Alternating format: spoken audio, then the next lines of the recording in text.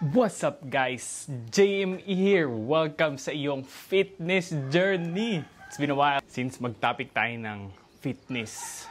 All throughout the years, been working on sa aking fitness and working on sa mga friends ko, mga clients na gusto rin mag-level up yung kanilang fitness and ma-achieve yung kanilang fitness goal. So, as the years goes on, maraming katanong sa akin since ngayon, we're in the middle of a prep. We're dieting for IFBB Natural Physique competition. So, mga maliliit na guys na katulad natin. We're gonna push our body. I'm sure maraming mga malalakas na kalaban doon pero parang level up sa version ng aking sarili. Now, that's the goal. Nakikita ng mga friends ko and mga ka-work and mga tao sa paligid and sa social media na nag-drop tayo ng weight na nag-iba yung physique natin all throughout the years.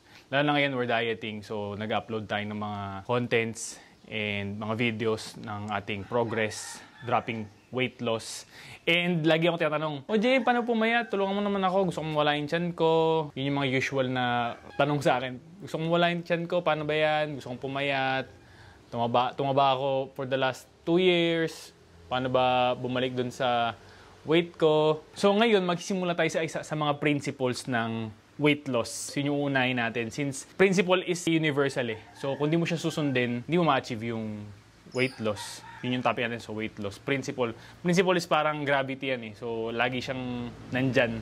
So sa fitness, meron 3 principle na all throughout the years, inaaral ko siya. Since nag-start tayo, 20 years old, ngayon 29 years old na tayo. Almost a decade na, magta-30 na tayo. Sa mga tutunan ko, dito lang umikot yung mga results na na-achieve ko. Number 1 is calorie deficit. Hindi ko na patatagalin.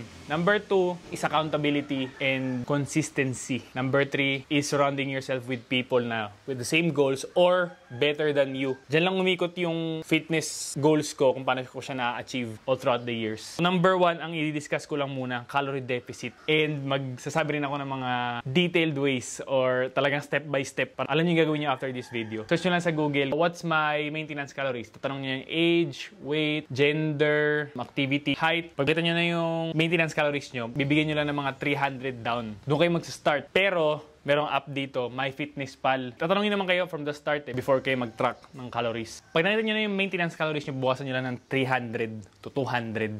Yun lang gagawin nyo. Nasa calorie deficit na kayo. Hindi nyo kailangan yung mga diet na 2,000 calories kunyari yung maintenance calories nyo.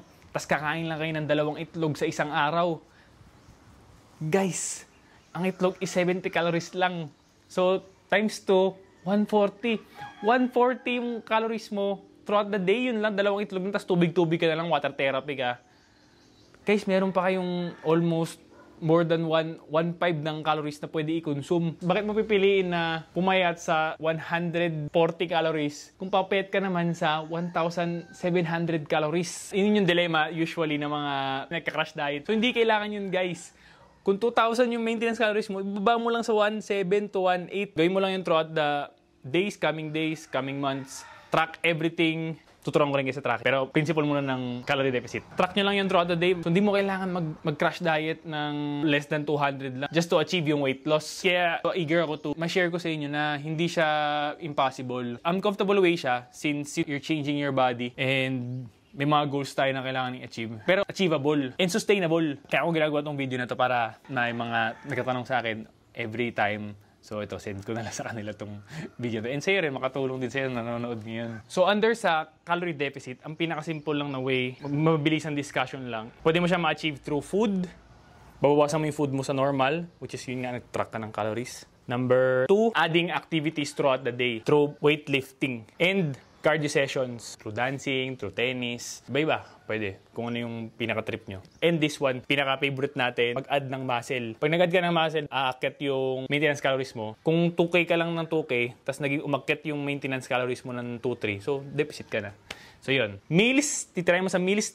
Guys, sa meals, 80% to 90% ng results nasa meals, guys, ha. So, ako din, dati I was hitting the gym for 4 years na, 3 to 4 times a week, pero walang results. Hindi ako nagkaka-abs, hindi ako pumapayat, kasi hindi maayos yung kain. So, tatapatin ko na kayo, nandun yung pinaka-chunk ng results. Pinaka-dulo is add muscle. Guys, yung mga nagtatanong na ayoko lumaki, ayoko maging Incredible Hulk. Guys, di ka maging Incredible Hulk. Tingnan mo ako, 10 years na ako nag-gym.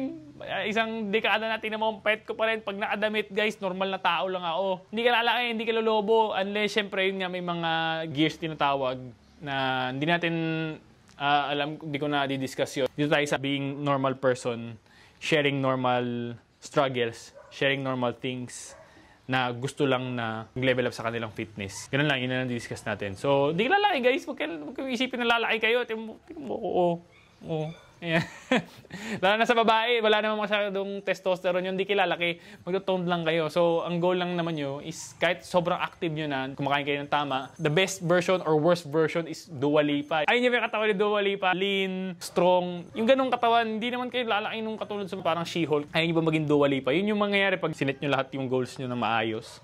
Meals, buhat, adding muscle, toning, sa babae ma-achieve nyo Dua Lipa. Ayaw nyo ba yun? Little bit of ranty na mga nag-iisip na baka lumobo sila pagka ng muscle pag nagbuhat sila. Pinaka-simple na discussion about calorie deficit. So, kunyari, 2K yung aking maintenance calories. So, kumain ako ng, kunyari, ng 1.7 worth of McDonald's. Papayat ba ako? The answer is yes. Kung papansit canton ako everyday for 3 buwan, pancit canton worth lang ng 1.7 calories, 2,000 yung maintenance ko. Under calorie deficit ba ako? Magpapayat ba ako? Mag-weight loss ba ako? Yes, mag-weight loss ka. O, saging. Saging lang ako for the next 1 month, tapos 1.8 lang i-hit ko or 1.7 lang kasi 2K yung calories ko, maintenance calories ko. Papet ka ba? Mag-weight loss ka. Kaya natin ginagawa yung fitness natin is to feel good.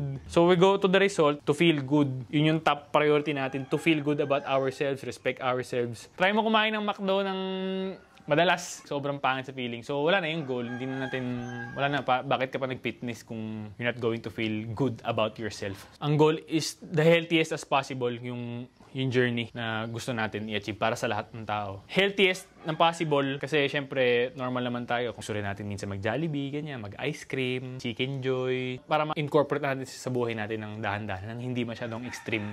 Kailangan natin siya i-track para alam natin na kung lagpas ba tayo or hindi. With the aim na linisin yung pagkain natin. Yun pa rin naman ang goal. Palinis ng palinis dapat. Lean protein, chicken breast, beef, rice. Malinis yung rice, guys. Malinis yung carbs na yan. Olive oil, sa fats naman, fat sources. Lean protein sources, yun yung mga, yun nga, tuna, salmon, beef, chicken, pork, lean pork. Basta pasok sa inyong calories, pwede. To be honest, pwede lahat ng pagkain. As long as, yun nga, palinis ng palinis yung goal nyo. Little bit of everything. Move on tayo sa next. Number 2, accountability and consistency. Ang number 1 accountability is, ito, wait lang. Kukunin ko. Ito ang number 1 accountability at number 2 at number 3. Ito, food scale. Sorry guys, madumi. Weighing scale, tsaka food scale. Ito ang top 2 accountability partner nyo. And next, yung pan-third, ito, ang laging hawak ng mga tao sa buong mundo all throughout the day. Cellphone, MyFitnessPal. Yun na yung, libre lang yung app din, guys. May premium siya, pero all throughout the years na nag-diet ako, di naman ako nag-avail ng premium nila. So, libre lang. I-input nyo lang yung pagkain nyo. Gawin nyo lang to. Morning, weigh in. Sa morning, pagkatapos jumebs, kung morning kayo jebs consistently. Pero kung inconsistent yung mga jebs nyo, okay na basta paggising. Wala mo ng mga calorie intake. After magwiwi, pagkagising, weigh in.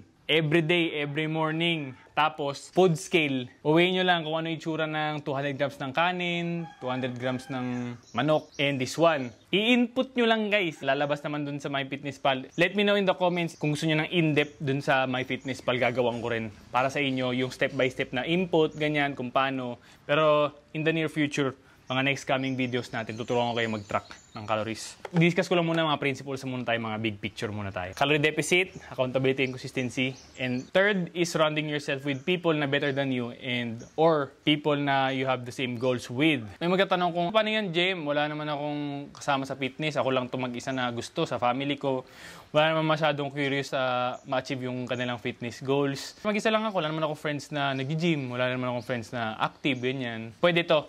Yung ginagawa mo ngayon, nanonood ka ng YouTube, fitness vlogs ng ibang tao. Para ka na rin nagsusurround ng mga tao sa paligid mo na better than you or the same goals as you. Okay na yun. Or, pwede ka naman mag-hire ng coach, online coach, personal coach, personal trainer, kung may budget ka for that. Hit me up kung gusto niyo ng online coaching for your weight loss journey. Dito naman ako para sa inyo. Pero kung wala kayong budget, ito na lang. Ibigay natin lahat ng pwede natin ibigay sa videos na upcoming in the near future. Lahat ng questions nyo, lagay nyo na sa comments. We're in the middle of prep. Wala tayong carbs masyado. 50 carbs lang tayo ngayon. Pero at least meron tayong energy to share lang ngayon. Nag-drop na tayo ng 20 pounds. Sa tayong 180 ngayon ay 158 pounds. We're making progress. Ako ko rin, may sarili rin akong coach, si Coach Wins.